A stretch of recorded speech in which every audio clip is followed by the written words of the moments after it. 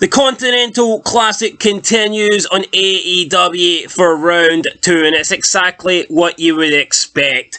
No storytelling, no rivalries, no heat. Welcome back, guys, to Fog Wrestling. It's time for your AEW Dynamite review. The last Dynamite before we move into December. It is Dynamite 29th of November 2023. We had 5 matches on the card tonight.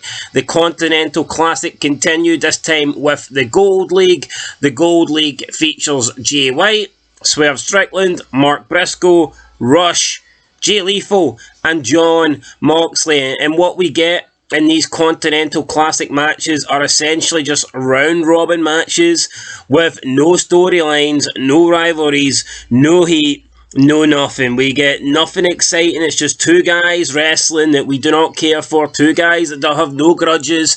They have no reason to really be wrestling. They're just thrown together in round-robin matches, and that is basically it. Until we have a winner, until all these round-robin matches are completed, and just some of the people don't belong in the ring with the others. For example, Jay Lethal versus Jon Moxley. Who's going to win that one? Like, surprise, surprise, it was Jon Moxley. Was it ever going to be anyone else? Let's be honest. I mean, it's such a mismatch, and you could say that. You could say the same about some of these matches as well. I think if they're going to do round-robin matches, you need the people to be at least, similar in terms of where they are in the pecking order. I mean, Jay Lethal, let's be honest, compared to Jon Moxley's pretty much like a top-tier main eventer on AEW. Jay Lethal is not even a mid-carder. Jay Lethal's a guy that can barely get wins on Rampage. Never mind defeat Moxley on Dynamite. I mean, how many matches has Jay Lethal won clean on his own against credible opponents? Not fucking many. Yet we're supposed to believe he can go one-on-one with Jon Moxley. I just don't see the point of this. It's 20-minute matches as well. Why not make it 10-minute matches, and then that way we could get more draws. Maybe things could be a bit more exciting. But no, they have to drag it out. Who wants to watch like 17-minute, 18-minute matches anyway? Nobody. I mean, that should be like a title match or a match that's been built up for a pay-per-view. There's no reason for a round-robin throwaway match in some crap tournament on TV to go 20 minutes between two guys that have no fucking reason to be fighting. There is no reason for that whatsoever. It is dumb. And Tony Khan thinks that he's doing great here. Anyway, Jon Moxley beat Jay Lethal in the first match. Moxley's now on 6 points. Jay Lethal is on no points. Surprise, surprise. Moxley has beat Jay Lethal. Is anybody surprised? I'm not surprised. So, is what it is. Big win for Jon Moxley, but an easy win for Jon Moxley nonetheless. Then we got a backstage promo interview with Sting and Ric Flair, and you know what? I mean, as much as I criticise Flair sometimes and I say that the guy needs to give up and go home and not be putting himself in the ring, when the guy talks, he can still deliver. You listen to it. When Flair says something, you listen. I just wish we had a time machine and Flair was 50 years younger. I wish we had another Ric Flair that was coming up and young and coming in his prime. Unfortunately, we don't. What we have is a legend, but a guy that is 73 years old and shouldn't be in the ring anymore, but he's cutting these great promos talking about how him and Sting came up 45 minutes. No commercials, no script, me, Sting, AEW, we're coming. And when Ric Flair speaks, you believe him, you buy into it. And it was a really good interview from Ric Flair. Could AEW get a match at Ric Flair? I don't know. I personally don't want to see it. I think we might get it though. I don't know. Continental Classic match number 2 then. Rush versus Mark Briscoe. Both of these guys on 0 points. Rush got the victory. That gets him 3. He now goes on to 3. And Mark Briscoe stays on 0. Surprise to surprise. The two guys that were feuding with each other on Rampage. Two bums. Jay Lethal and Mark Briscoe. Both on 0 points.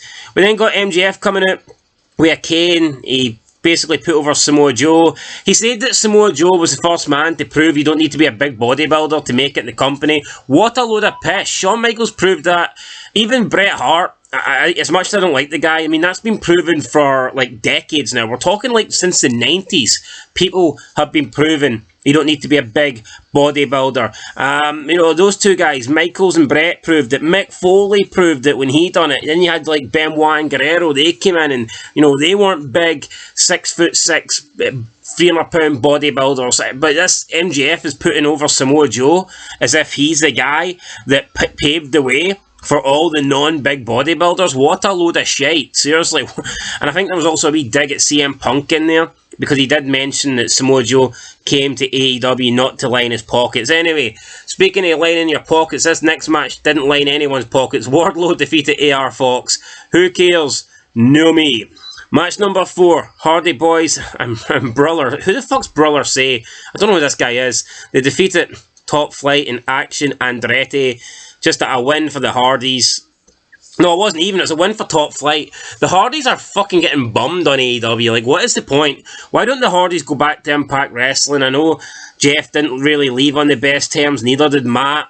But if Impact Wrestling are serious about touring, serious about trying to get back to a decent level, then they should hire the Hardy Boys. And even if it's just to wrestle the odd match, wrestle the occasional match, Matt could go back to Impact. He could do his whole broken shit.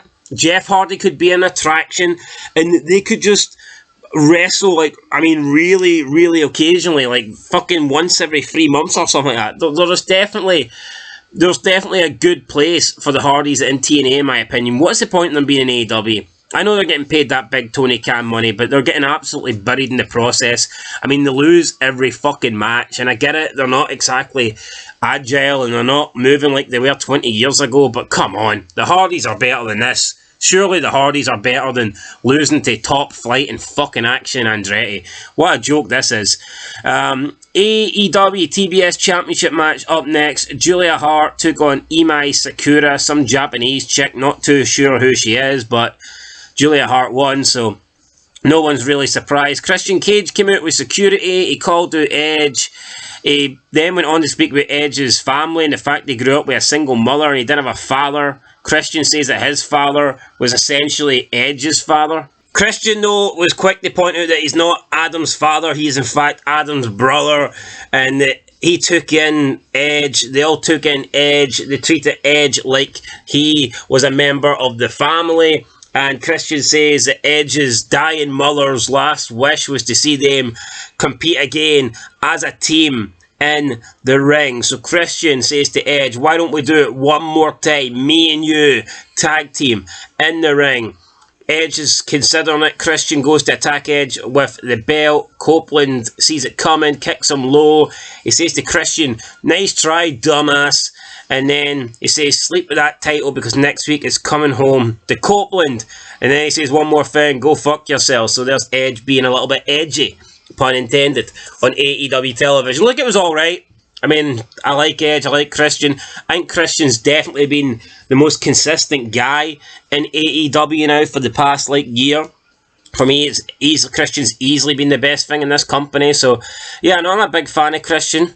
I just wish he would come back to the WWE. I think if he was given a chance, and I'm not saying the WWE would treat him fairly because they've had, let's be honest, WWE's been pretty poor dealing with legends in the past, but I think Christian's a guy that can still go. He can still be a main eventer. Never mind giving him these like mid-card belts. I think this is a man that should be a champion. I believe that Christian Cage delivers world championship level matches, but more importantly, world championship level promos. And for me, Christian could easily be a world champion in WWE. Yeah, either Raw or SmackDown, give him the belt, but we know it won't happen. If Christian did come back, he'd probably be lucky. He'd be lucky if he could get a shot at the US or Intercontinental Championship, which is a little bit disappointing. Anyway, up next, main event time, Jay White versus Swerve Strickland. Both of these guys on 3 points. Who's going to go on to 6? Swerve Strickland with a roll-up, and they were putting over the fact he was wearing tape after his match at the pay-per-view.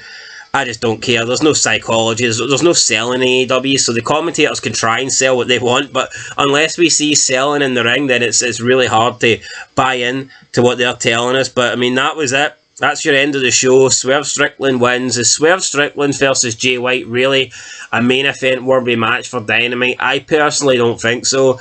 Just felt a bit flat, to be honest. Wasn't really there. Overall, I mean, I can't say it was a great show. I think the tournament absolutely sucks. I think it's a horrible idea. But I did like the Christian Adam Copeland segment. And again, Ric Flair showing that at 73, he's better than pretty much every single person in this company, bar a handful of people. So that's kind of sad. Anyway, guys, I'm going to give it a 2 out of 10. Two things I like, therefore it gets a 2. I'll catch you in the next one. Bean Fog Wrestling, thanks for watching. And until next time, leave a like, leave a comment, subscribe, and peace.